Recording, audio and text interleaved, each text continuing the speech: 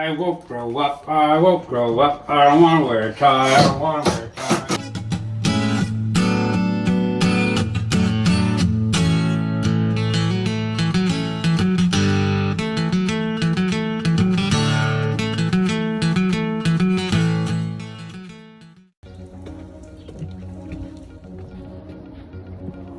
This is the floor to the pilot house. Want to see what we keep under here?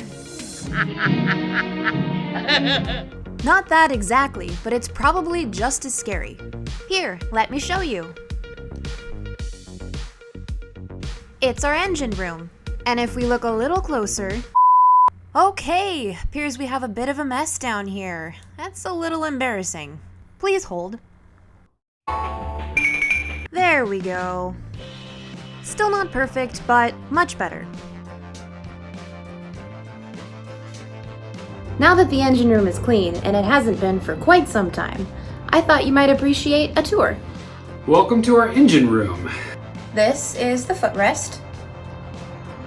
This week we kind of wanted to do a quick tour of this space, which lives right under our pilot house floor, sole. That's what you call it on a boat. It's a very spacious. One of the biggest benefits to having a pilot house sailboat is you get a nice giant engine room. And all those rules about running this or putting this in with the engine, they aren't as applicable because you have so much space in here. This is like if you were taking a giant, like 200-foot yacht and shrinking the engine room down really, really tiny so you could barely fit. That's what we have. When we bought the boat, this engine was in place. And I say in place and not quite installed. The drivetrain and the prop were installed, but nothing was connected. There was no fuel lines, no water intake, no exhaust, none of that stuff. And this was one of the first things that I started tackling when I got the boat, and I was as green as I could possibly be. Literally, I just looked at boats and pictures and never had worked on anything. Crap. And so it has undergone a fair amount of evolution in a lot of different ways. While you're watching this video, if you know what you're talking about, or even if you think you know what you're talking about, and you see something goofy or something that I've done you think you might have a better way, we would love to hear about it because we won't be down in this engine room again for months. So we have plenty of time to kind of plan for what we want to do. Let's go ahead and start seeing some of the embarrassing things that I've done in this engine room. You ready, Kel? I'm ready. Okay. Yes. Let's start with this giant hunk of metal. So when I bought the boat, it came with a belt-driven Watermaker. It was all in pieces, and the high-pressure pump for the Watermaker had no place to live. It needed to be able to hook onto the pulleys of the engine. Same thing that drives your alternator and things like that. It's just basically the part that spins. You got the one that goes out the back that makes the prop turn in a circle, and then they put some in the front, so if you have other things you want to run, you can do so. This is a beast. This is a 115 horsepower turbo, which is way overpowered for most 40-foot sailboats, but that's kind of the beauty of a motor sailor. They have a bigger motor, so you can do that if you need to, or you can sail, or you can do both at the same time. So because of that, we're gonna be able to have as big an alternator as we want. We'll be able to do lots of other things off the engine as well, and I would love to run the Watermaker. But later, when I had that Watermaker pump tested, good luck. They basically told me it was a paperweight. I kind of fought back and forth with the guy that invented it, made it. He's just like a one-stop shop, crotchety old man. Not gonna tell you which brand because I hate him. I really do. Seriously, he sucks. What else can I talk about? So anyway, this is where that pump was going to be sitting, and its pulley would line up perfectly with one of these. We had this fabricated. It's an ugly hunk of metal. I would guess that anyone looking at this, it's actually made of 316 stainless. But I inherited this big beast. It wasn't installed. I installed it, and then we had that attached to it, and then we had them fabricate what could be a second alternator mount, but I think we'll just go with one primary and one secondary. The one that we have, we're going to need to replace. It needs to be reversible because obviously it's going to be oriented the opposite of what they used to be. That's a problem for another day. I think we'll probably end up with a very high output, like maybe a 200 amp or bigger alternator that we will either mount where the original is, right on the engine, or in this space here. The other thing I really want to appeal to you is the first 6 months to a year of me working on this boat. I struggled to find someone that could help me take this connection, which is the harness, the wiring loom harness from the engine, and turn this into usable displays. I would love for an analog to digital converter so we can just monitor everything and keep it clean on iPads or laptops and things like that. But I couldn't find any mechanics that knew how to take a raw installed engine and hook all the instruments up. Portland, every boat professional that I've tried to contact seems to be ridiculously busy. We're talking months out. I would love to give someone money to show me how to do this, and I just can't. Shut up and take my money. This engine is a Perkins Sabre, and it's for the marine environment. I just don't think they're very popular. I've read reviews, people that have them love them, but you know, this isn't a Yanmar, it's not even a Westerbeek. It's just one of those engines that are less common. So it's hard to find someone that knows what they're doing and, you know, is confident enough to help me out. I clearly don't know what I'm doing. Should we look at my rat's nest of wiring and hoses? Yeah. Our Naughty Cat has both a port side and a starboard side diesel tank. They have the draws down at the bottom, the returns up at the top. And right here is the air vent for this guy. Talked to a couple of people that know what they're doing, and they said while it's not ideal to not have this vented outside, it's not going to hurt anything to use that as the air vent. That's what it's designed to do. This is the return from the return diesel coming from the engine. And right down here is the draw line. Underneath is the drain plug in case you need to clean it out. Here, Kel, turn around and show them the access on the top. So this dusty access has the fill sensor, and just to the left there you can see the fill hose coming from the deck. There are 2 fills, one on port and one on aft. All of this is the battery wiring from my first attempt at wiring the boat. We were planning on basically not doing as extensive of a refit of the boat just to get out there, but we found out we had more time, so I took on a lot more projects. At one point, I was just trying to utilize the same electrical panel and everything that was already existing, so I had run all these. So any of this corrugated stuff that's covering the big heavy-duty battery cables up here, you can completely ignore, which makes it difficult because all that smooth hose is the fuel system. My attempt at the fuel hose configuration here was to keep things simple. I wanted redundancy. We have 2 fuel filters. I wanted to be able to isolate each tank. Just in case we got a bad batch of diesel, we could test it out, see if it was a problem, and not mix them together. But I also wanted to be able to mix them together. That way you keep your tanks balanced. You can make it so if like you're getting some weird weight distribution, you can rebalance your tanks. Ideally, you'd have them both sides open at each time. But the way I've got it set up now, you can isolate each tank, isolate each return, and combine the 2. This is one of those things where it seems like a great idea that I had at the time, but I'm not sure how it functions in the real world or if there's better ways to do this. I'd love to hear your opinion.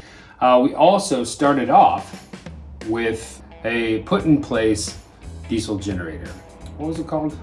Intech West 4200D. We decided that we'd rather have more solar, a bigger battery bank, and no generator. Because this engine is a big boy, if we really had to, we could just use it as a generator. That's obviously not the most efficient way to do things, but we want to be able to rely on the solar and the battery bank to meet our electrical needs and not some noisy, loud, difficult to deal with generator. So we sold it on eBay to a guy. He's gonna love it, I'm sure.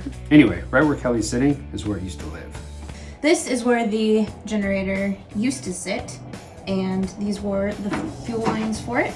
What is gonna go there now, Kelly? The battery bank. We have 6 110 amp hour FireFly AGMs that will become the battery, the house bank for the boat. We've got a box built, and later on, we're gonna install it right here. Kelly's gonna help. This is the hydraulic lines, which makes this the pump for the autopilot. It is a AccuSteer Made in the USA, HRP 7512. Other than the fact that we have this pump and I know what it does, and it's connected to the hydraulic lines, which is an awesome find in the boat when we bought it, we need to figure out the rest of the system, which would obviously control all of that. This up here was my brilliant attempt for air intake, and I'm going to have to modify this quite a bit because I'm not happy with it at all. But this is a fan that will basically bring fresh air in or blow air out of the engine room to keep it oxygenated and cool. There's an oil change system that we really have done no research on, but I would imagine it just aids in oil changes because it says it right on the pump. For the engine exhaust, this is actually one of the things that I thought was pretty cool that we did. I hope it's done right and I hope it's going to work really well. But basically the exhaust goes down, goes into a traditional lift muffler because we're below the water line. That heads north up into what will be the galley, but right now it's just covered in plastic. Well above the water line, right on the center line, so that should be great. And then back down into this. So it goes forward and then tees, and then the exhaust goes out in each direction, either that way or that way. And the reason why this is a pretty cool setup is because the original one had the lift muffler drop back down underneath this area, kind of into the bilge, and go uphill to the back of the boat and out the rear. So anytime you had your engine off, that whole pipe would be under, or have a bunch of residual water in it. And I did not want that as a solution. Water comes into here, and depending on which way your boat is tilting, dumps out one side or the other. Pretty ingenious. And I gotta cut 2 new holes in the side of the boat. There's some mounting brackets for something. If you have any ideas, love to hear it. And this bad boy is the water tank that we inherited. It is a AC-110 water tank, or heats itself up with the exhaust system on the engine. This is where I tied it in. I don't know if that's right. Someone told me it was. So hopefully that's the case where you can come in and it basically extends the coolant line into here, which will heat up the water and then puts it right back into the boat. I don't know if it works. I really don't. We inherited it with the boat. I'm assuming that it works, and once we get a chance to test it, we will. But as of right now, this is sitting here. This is a company that they don't make these things anymore. You can't buy one of these. And someone on the internet said the reason why they're out of business is because their water tanks were so reliable and well built that no one ever needed another one. All right, last but not least, we have our Jabsco Flow 5.0, V-Flow 5.0. This will be our main water pump. This thing is designed to take on up to 5 faucets and water supplies at a time and continuously power them without the wah, wah, wah, wah. But it also now has terrible reviews. We bought it spur of the moment, and I hope we won't regret it. But we'll find out once we hook it up. So that's pretty much it. That's our engine room, and I would love any insight if there's anything that you saw besides the obvious, like something like this where this is not connected, and it should be. I know that part already. Or this, where this filter is broken. We'll fix that. But if you see anything that we've already done that looks goofy, or anything that you might suggest that would make way more sense, we'd love to hear it. Shall we get to installing that battery bank, Kel? Yeah. All right, cool. Go, Kelly, go. You got it? For them to hold their child. Yes. Oh, God. Carry a couple of them and it'll be like me walking up the stairs. Weight-wise. You gonna get it? Yeah. Feel free to set it down if you need to. Go, go, go! You did it! All right, Kelly, you ready to install a battery box I am. of batteriness Yep. and power? Uh-huh. Right. Everything seems to be prepped down here. Well vacuumed. Hand me the base. Slapping the bass, man. There you go. For you. Thanks. You're welcome. If we were installing flooded cell batteries, we'd want this to be bigger and deeper because those can bubble over if they get too hot. These are sealed AGMs, and not only are they sealed AGMs, they are carbon foam AGMs, which makes them infinitely better. But we still don't want to breach the bottom of this because should they leak for any reason, we don't want battery acid in the boat. We want to keep it in this pan. So I'm going to fasten this to the board down here by drilling through the sidewalls.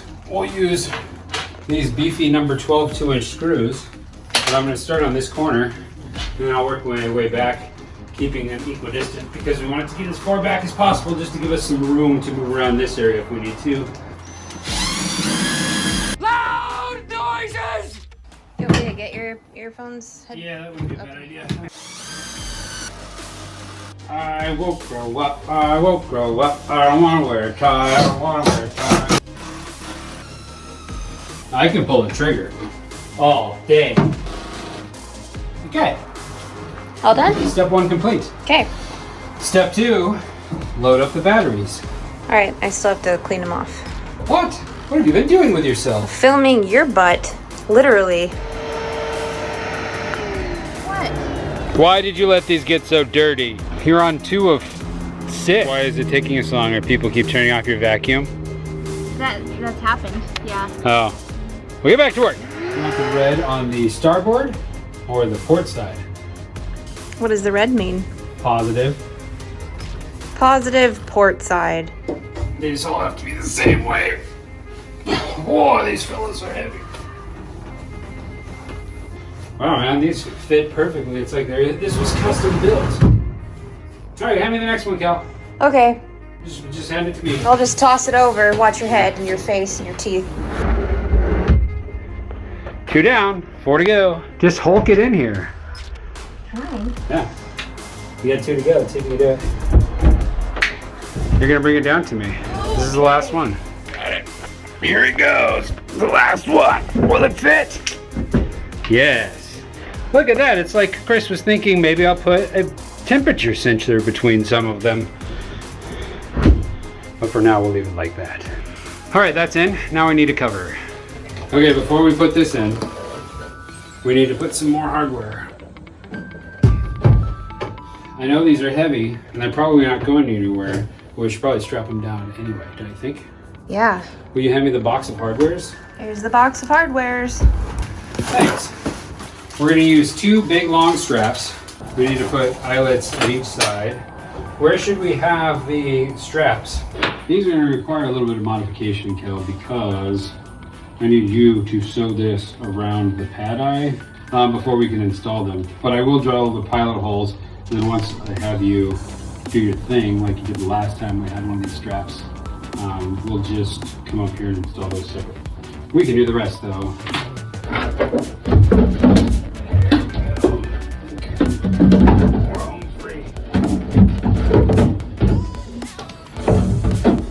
That's so snug. Do we even need straps? Look at how that little reinforcement goes right where my crack was. God, you're good. And the only thing I screwed up so far is the nylon strapping plan. So this is meant not to really come up very often. Only in the case of extreme situations. That's not going anywhere. That's the battery box right there. Yeah. The only thing I did not add, which I may in the future, is some sort of cross breezer where we have like a fan drawing out one side so it pulls air through the whole setup. Okay, it's time for the foot test though. Yeah, still good. Yep. A little snugger. I mean, I definitely wouldn't want to sit like this all day with my weight on it, but I could for a while. That's good. You want to do one of these? I'll let you do the next one. Sure. Where's the other bit? This one? Yeah, but where's the bit you took out? Just put it right here. That's not where it goes. According to you. That's an interesting technique.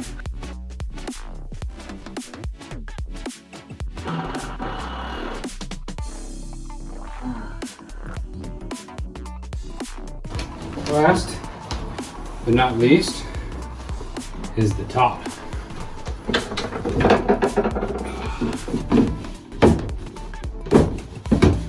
It goes on just like that. Perfect. And then to get that off, we purchased all these fellas. But clearly, they're not ready to be installed. You have to cut a hole. I'll go do that. and we'll finish this up. Hey, guess what? What? We got another patron. No way. Yes way. His Who? name's Edwin. Edwin? Yeah. Well, if that don't beat all. Welcome aboard, Edwin. What does Glad that to have mean? you. I don't know, it's an expression. Is it? Us elderly folks say this thing. Okay. I was just caught off guard. Yeah. I did not realize. It's a That's nice pretty awesome. surprise, right? It is. It is Yeah. a nice surprise. Mhm. Glad to have you. Thanks for coming aboard, Edwin. Now back to work. Yes, ma'am. Look what you've done. Got the handles on it and probably stripped off more paint. But it is functional. Shall we? Yes. I think that box looks great. What do you think? Best looking box I've seen. Well, I mean, really, it fits it well. All the batteries are in line. We can still get them out if we needed to. Mm-hmm. I hope. And now it has a lid. Please, please, please, if you saw anything and have a suggestion, let us know. You won't hurt my feelings, I promise. I understand that I am not an expert, so any supply advice would be greatly appreciated. And I guess thanks for watching. If you enjoyed what you saw and you want to keep following along, become a subscriber. Just hit that subscribe button below.